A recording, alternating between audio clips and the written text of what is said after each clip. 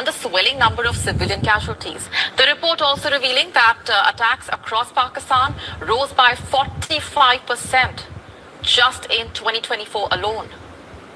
And the TTP has emerged to be the deadliest outfit. A total of 482 attacks were carried out in Pakistan by the TTP, resulting in 585 deaths, which is a sharp rise from 293 deaths witnessed last year due to attacks. And these are major indicators that Pakistan is in the grip of extreme terror, respite from which seems unlikely in the near future unless the authorities step up. The question still is, can the government combat this?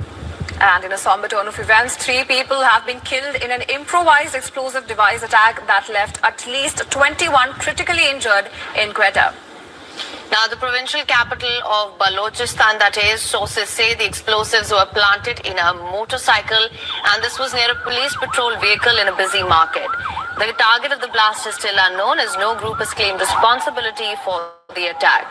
A bomb disposal team is searching for evidence and the injured are being treated in a nearby hospital. I was going to get medicine for my father's diabetes treatment when the blast occurred. Now, wherever I go outside, I will be fearful. What kind of life is this, where there is only fear? Why is this happening? This comes just hours after gunmen killed at least 6 people in coordinated attacks in southwestern Pakistan. The victims were bus passengers who were targeted based on their ethnicity. Militants targeted passenger buses and security officials in multiple districts of Balochistan, killing at least 5 non-local passengers and a security official. The police official said that dozens of militants stopped passenger buses and identified non-local travelers before killing them. While no group has taken responsibility for the attacks, Baloch separatists in recent weeks have intensified their attacks on security forces as well as non-locals.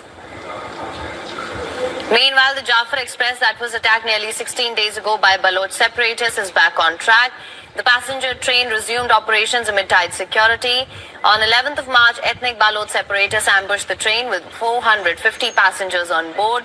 In a 2-day siege of the passenger train, 21 passengers and 4 army personnel were killed by the separatist Baloch Liberation Army, which is the BLA. The Pakistan Army said that all 33 BLA members were eliminated after the incident. Now, at least about 3 officers have been killed and 16 others injured in an explosion targeting a police bus in Pakistan's southwestern Balochistan province. Now, the bus was carrying around 40 police officers when it was hit by the blast in the Mastung district, around 40 kilometers south of the provincial capital city of Quetta. Pakistan has been battling a separatist insurgency in Balochistan for decades, where militants target state forces, foreign nationals and also non-locals in the mineral-rich southwestern province bordering Afghanistan and Iran. No group has claimed responsibility for the attack. However, the Baloch Liberation Army is the most active group in the region and often carries out some deadly attacks against security forces. And WION's Pakistan Bureau Chief Anas Malik has been tracking the story very closely for us and has sent us this report. Listen in.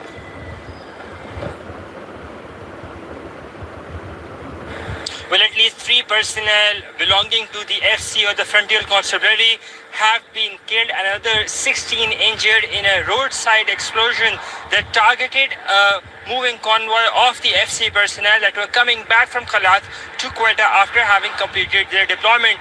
This has been confirmed by the Balochistan government spokesperson, the Shahid Rind, while also saying that the incident took place in Mastung on the Dasht road while they were heading back from Kalat. Now, Kalat is the place where previously we've seen FC personnel being targeted. While no group has claimed responsibility, the Pakistani Prime Minister and President both have strongly condemned this heinous act of terror while urging the government of Balochistan to bring the perpetrators of this act of terror to justice.